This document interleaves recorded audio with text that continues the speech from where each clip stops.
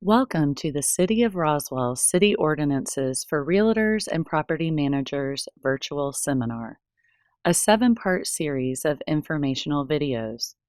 You will hear directly from the City of Roswell's experts on our Geographic Information System, or GIS, permitting, code enforcement, and utilities. Topics to be discussed will include resources and beneficial programs available to homeowners, when permitting is required for projects and improvements, ordinances that realtors, managers, and potential buyers should be aware of, and how to set up city services. Hello, I'm Adam Lyon, Stormwater Utility Manager for the city. My goal in this short presentation is to show that a little knowledge about stormwater on your part can result in a significant added value for your services to your clients.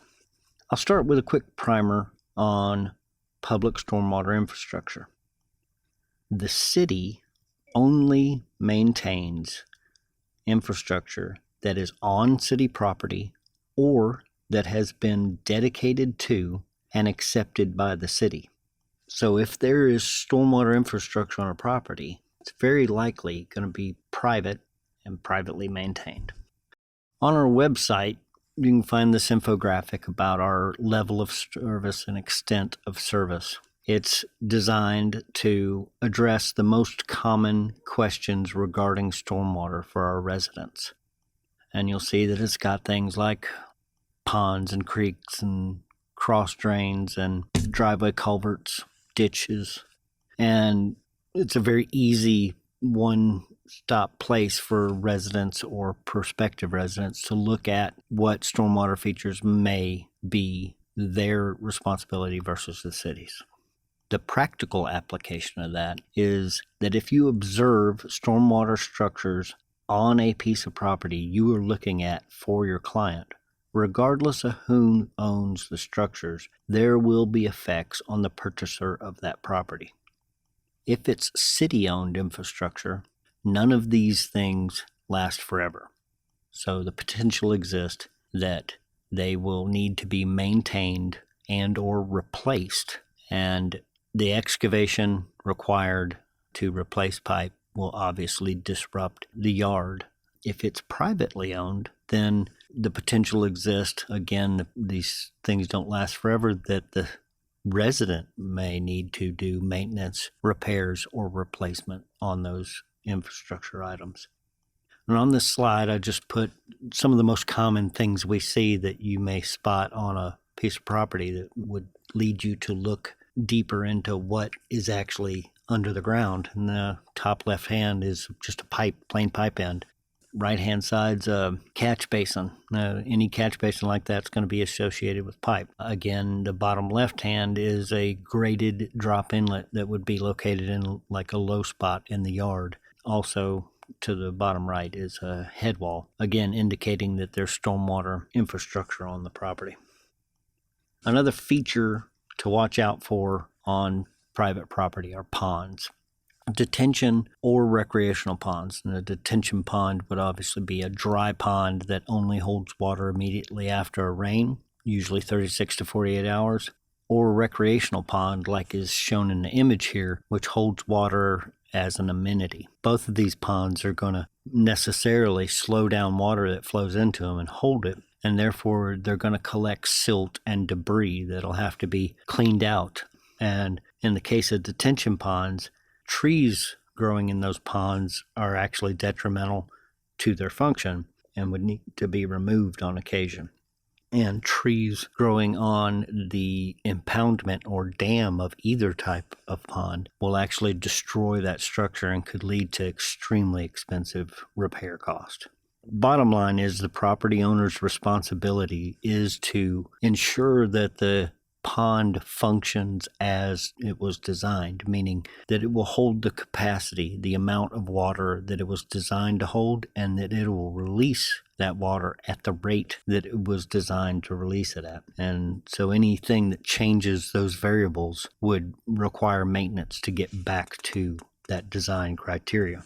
So the property owner is going to be the responsible party for maintaining ponds. And you'll see in these two plat segments I've got, the one on the left is a more modern plat. That's the way things are done now. You'll see that there's a detention pond in the bottom right-hand corner. It's marked Detention C. It is on a separate parcel that is owned by the HOA. Therefore, the maintenance of that pond is the responsibility of the HOA. On the plat segment you'll see to the right, it's an older segment. This is not allowed anymore, but it's quite often the case that ponds will be on an individual property owner's lot or across several parcels, as it is on this plat. And in this case, these 4 property owners that the pond spans their property, they are all owners of the pond and bear some responsibility for the maintenance of that pond. Easements. Oftentimes you'll see easements across pieces of property, and in the case of stormwater, a drainage easement is definitionally different from a conventional easement like for sanitary sewer, water line, power, gas. Those easements are for the maintenance of infrastructure owned by a municipality or a business that's in that easement. A drainage easement is actually an easement to document the historical path that water has flowed in the past and to ensure that water will be able to flow there in the future. In the case where the city-owned infrastructure is also in that easement, homeowner would need to know that there's certain things that you can't do above that city-owned infrastructure. Can't build fences or structures, and anything that is above that pipe, if they do install a fence or they do plantings above that pipe, those things would necessarily be forfeit if the pipe had to be replaced. It's best to know that going in and not after you've already done those things. A drainage easement, they can't block a drainage easement. So if there's just a ditch across the property that's a drainage easement, you can't build a fence across it. You can't put trash in it. You can't park things in. Anything that would block or impede the flow of water through that easement is a violation and cannot be done. That's also best known before you purchase the property. Easements shown on plats are quite often one or two ways. On the plat segment to the left, you'll see that the developer did the bare minimum to get the roadway in. On Crossway here, you'll see 2 boxes graphically representing the catch basins on the roadway. So they get the water off the road, and then he just installed just enough pipe and some head walls to get it out from under the curb and gutter and the shoulders and get his road in. And so on either side of that, the water is flowing in a ditch. In this case, this is dedicated to the city. Just these structures shown on this plat are public maintenance responsibility. And in this case, both of these homeowners did extend the pipe all the way across their property, and those extensions are the maintenance responsibility of those property owners or their successors. This plat segment to the right is a much more modern, much more residential layout where they have run pipe to the back of the parcels. And the reason for that is to get them to the top or the bottom of the slope where they have much less erosive effect, and to make the lots more desirable, not having ditches crossing them. In this case, these pipes would be city maintained, and it's important for a homeowner to understand, like in the case of lot number 36 down in the bottom there, there's no storm structures actually on the lot that are visible from the surface, but there is a pipe under there that potentially in the future could need maintenance, and it's good for them to know beforehand that the city could be coming in and replacing that pipe at some point in the future.